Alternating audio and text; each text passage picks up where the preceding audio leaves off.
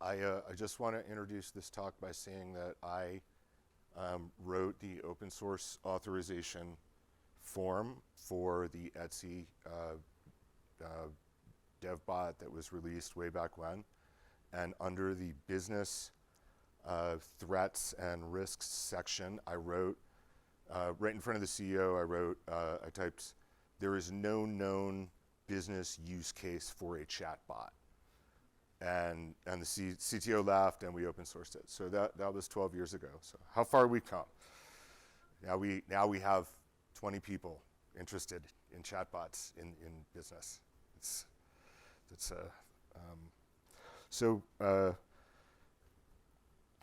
I'm Noah Sussman. I've been working on the web for a long time, since it used to come in a CD and be called AOL. Around 1999, I started working on an art gallery for a friend. And that eventually led to, or rather quickly, because it was in the late 90s, led to a whole career in front-end web development. So I did front-end web development. There wasn't a whole lot of support for testing what I was delivering, so that's how I got involved with Selenium 0.1 back in the day. Through Selenium, I got involved with CI systems. I wound up joining Etsy about 2 weeks after John Alspaugh did, and building out their CI system. And then out of that, I wound up consulting on CI systems and software quality in continuous deployment and continuous delivery, and that's what I do now. So, should you use a chatbot for incident response? Spoiler, yes. Okay. Adopting a chatbot is it's the very first step toward scaling your organization's incident response.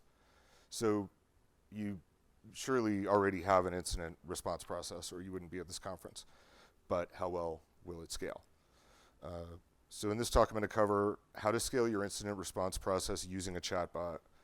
I'll give you some tips on driving adoption, a couple of ideas about workflows, and some ideas about how the schema that a chatbot imposes on your incidents can be leveraged to create better feedback loops.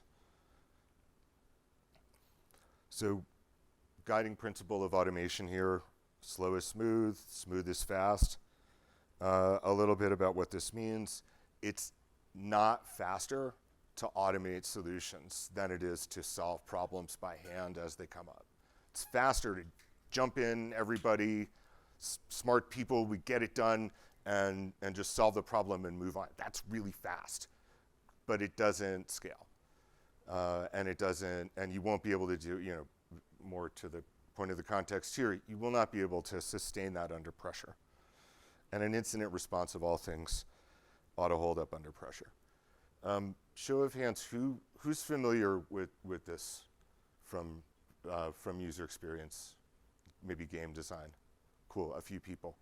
The active user paradox, and this is actually a psychological principle that's been around for several decades now, and it says that users, including you, because it doesn't matter that you're a programmer, you're still a user when you're using the tools, right? So users, even you, given a choice, don't carefully read documentation and don't carefully follow protocols as they are written down in the policies. What we do is we satisfy. Like, we talk to each other and we use intuition, like David was just talking about, and we get the job done, right? And that's the essence of safe work, right? So a chatbot is sort of like a person. This is a weird topic and like I said, 12 years ago I was saying there was no business. This business case didn't exist. This is a weird talk on a weird topic. A chatbot is a kind of person. It's a non-player character. It's a non-person actor in the network of your human-computer communication system, and because of that, people will interact with a chatbot in the same sort of flow state that they interact with each other when we're doing the things that we really do to solve problems. And so chatbots solve the active user paradox. If that sounds outrageous, ask why every game you've ever played since the 90s uses NPCs and puzzles to teach you how the game works instead of shipping a manual. Like we know this, it works, and using a chatbot will really supercharge your communication. Okay, so let's do the show of hands. Uh-oh. I didn't do that. But I'm going to get back on. So put your hands up if you respond to incidents. Yes, expected. And then I'm interested, like if you have a specific channel or war room, like what I'm trying to get back at here is, can you trace back to a specific incident later? Okay, like so a lot of you, that's good, that's becoming pretty standard. Do you know who the incident commander is when an incident starts, or you have a way of doing that? Okay, so like about half as many hands, which is like about the distribution I would expect in the, assuming that we are a perfect sample of the outside world. I don't know why that keeps happening.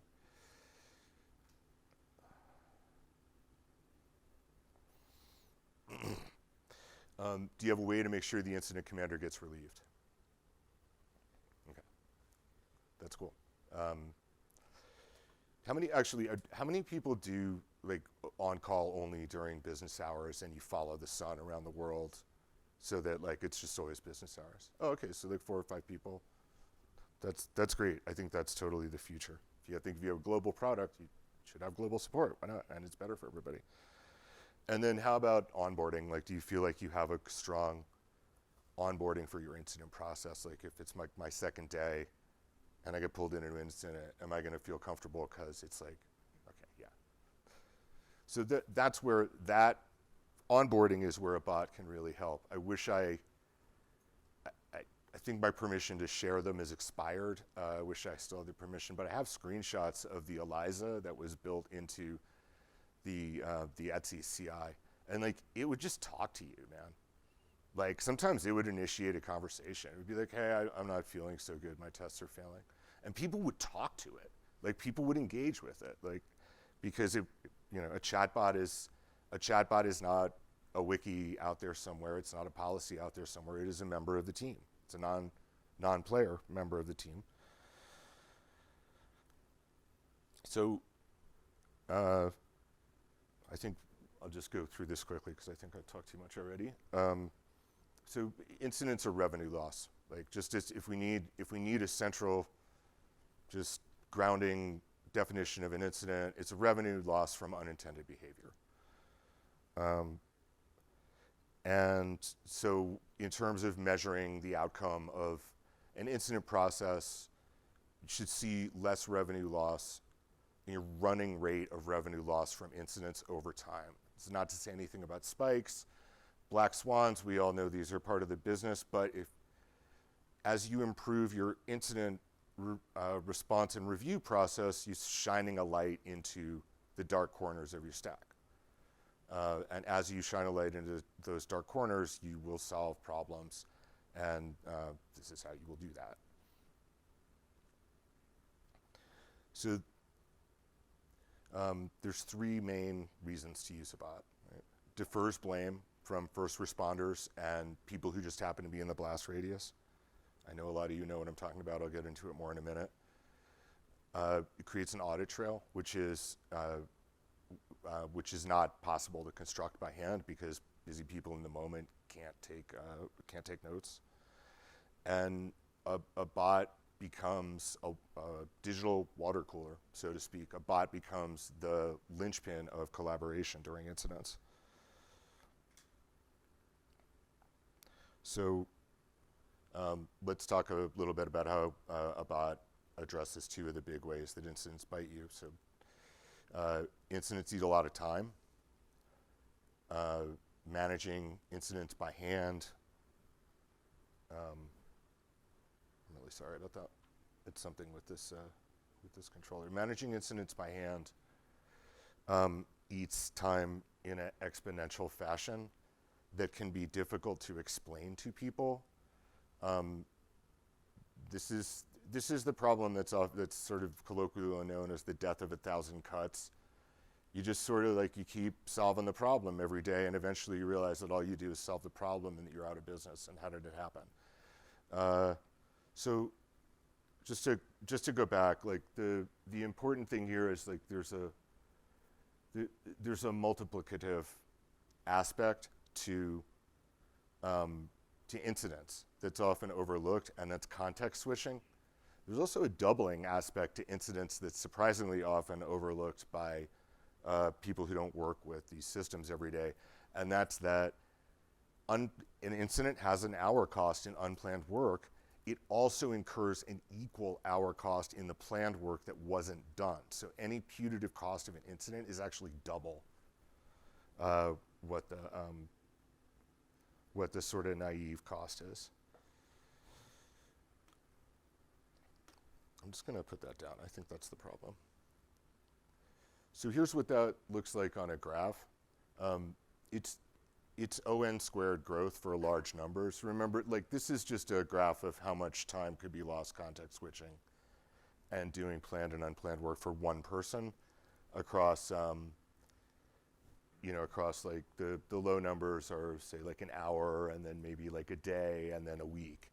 And context switch, like, and just based on the kind of ballpark things that you would come up with, like if you are managing an incident for a week, you might context switch. You're going to context switch to your old projects back and forth once a day. So that's 10 context switches. That's conservative. And how long could it take to context switch? 15 minutes, half an hour? So that's the kind of variance that's in there. Just sort of a model I was playing with, like here's a similar graph, but it's good to get that curve, because that, for large numbers, which is what you've got when you got a bad incident with a bunch of people, and remember, some of the context switches are people catching each other up because there's no central history, right? All of these things are things that bot centralizes. And then the other big thing a bot will help you with is stress, right? No comment needed. This came up right before the talk. I said, can I have permission to use that slide? Laura said, yes. That's the story. But John Allspaw did a great breakdown of how that happens. And it comes down to fundamental surprise. Fundamental surprise because we don't have the running narrative about our system that, that a central schema would provide us with, which is what resides in a bot. So because we do not have the historical or the broad information that a bot would provide, managing things by hand, when there is an incident, we experience a lot of stress because it's surprising. Now, I'm not trying to say bad things about Laura Thompson. Like she's awesome. Or that that's why this incident happened. I'm only saying that without a deep enough understanding of what's going on in the incidents, there's going to be a lot of incidents like that, and that's not good.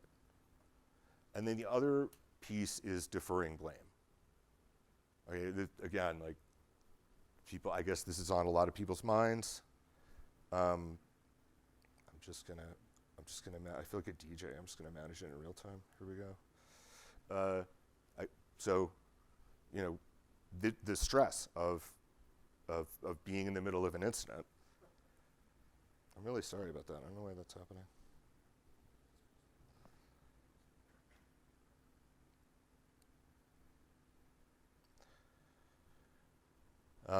This is not like the full decision tree that you have to go through in the middle of the night without waking up your partner if you're managing all of your incidents by hand. I just got bored at the bottom of the slide.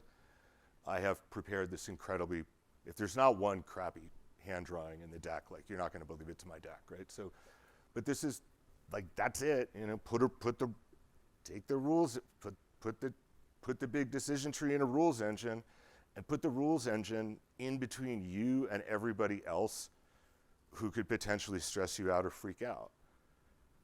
Right? That's what it comes down to. And then at that point, you really have a positive flywheel effect from the bot, because the bot's structuring how you do your incidents. I just want to jump to this screenshot of Jelly, because I think this is a great example. Like here's a concrete example of what I mean by a schema for your incidents, a structure for your incidents. So I've just sort of numbered these. Number one, you've got title, severity, status, right? So naming things is the hardest problem in computer science, right? So there, it's done, named, right? Two, summary, high level, right? Executive, right? Like, CTO sat next to somebody on the plane and they told him about the bug. Like, what's the bug? Here you go, boom, right? Number three, the call list, right? The formalization of the incident commander when we do that good thing we were talking about of rolling over the incident commander when their shift's over. That's just going to show up here. You don't have to ask, right?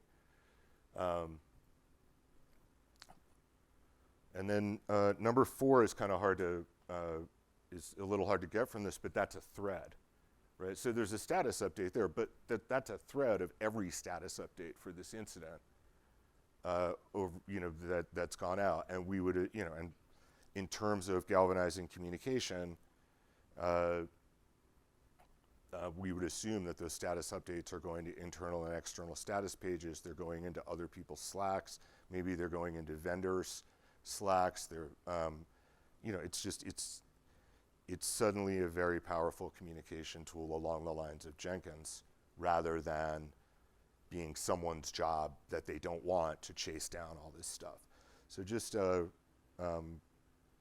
little bit about what you can do with the metrics, right? Because I think this is an area that's maybe a little less obvious, especially when you can't see it. I'm just gonna work it into the act. Is what I'm gonna do. It's like me and you working. You're gonna blank it out, and I'm gonna tell a joke, and we're just gonna keep it rolling. I am fully bought into cybernetics. Human computer, right? We're a team. You're a little weird, but we're a team. Okay, so who's involved in incidents, right? Like the classic thing, the executive on Monday morning. I used to work for a guy that there's a really strong rumor in New York that J. Jonah Jameson was based on this guy. It's Steve Brill, the founder of Core TV. He would be proud of this. Red suspenders, and he yells.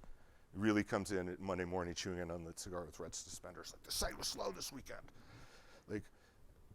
Is Steve actually in the incident channels? Like, does he know that we had like a 5-hour discussion about this and it's cool? Like, the bot could tell you without having to ask, J. Jonah Jameson in his office, and that's strategic information. What teams are represented in incidents? Right? Are all of the teams that we would think would be stakeholders, are they actually there? Who responds most? Right? This is really key. We're all talking about Richard Cook today. I think something that Richard said to me that really unlocked a lot of things is that what's interesting about policy is not where the line is drawn. It's who gets to draw the line. Right? And so, who's of the putative stakeholders, the ones we would expect, who's actually there? That's strategic tactical information that, back to Sophie's tweet about how uncomfortable it is to go across silos. That's strategic information that's going to be very politically expensive to get if you can't just get it from a bot. I should stop making Mr. Burns hands, but social engineering is part of, if you want to improve quality, social engineering is part of the job. Who joins only to listen? This is a big one, and actually Jelly will show you this too. I forget they have like a cute name for it. We call these lurkers in IRC. Why is it important? It's important because if you have a couple of lurkers, okay, yeah, well then I joined because I thought I had something to say, but turns out this incident isn't me, so I'm just going to lurk. That's cool. Let's say you have 80. Let's say you have what I would more expect to find in a decent sized company is that 80% of the people in the incident channels just lurk. And this is something that's tricky to figure out without a bot, right? Let's say it's always like a Pareto distribution, and then sometimes it's worse. So that means there's a communication gap. There's an opportunity to give those people some kind of information radiator, to use an old term, that they can look at, and then they don't have to lurk in every open incident channel, which again is stressful. Let's see, I think how are we for time?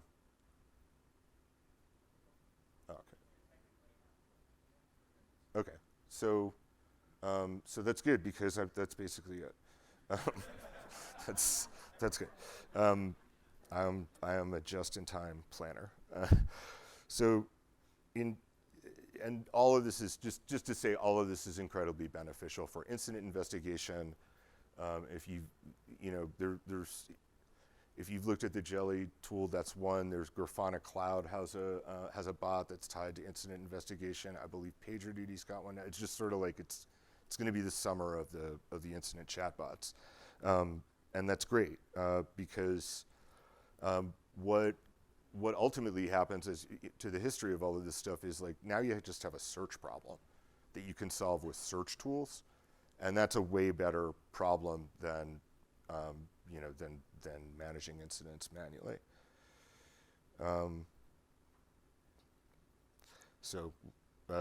Yeah, in conclusion, do this or you can't scale. Okay, like as any good talk should end.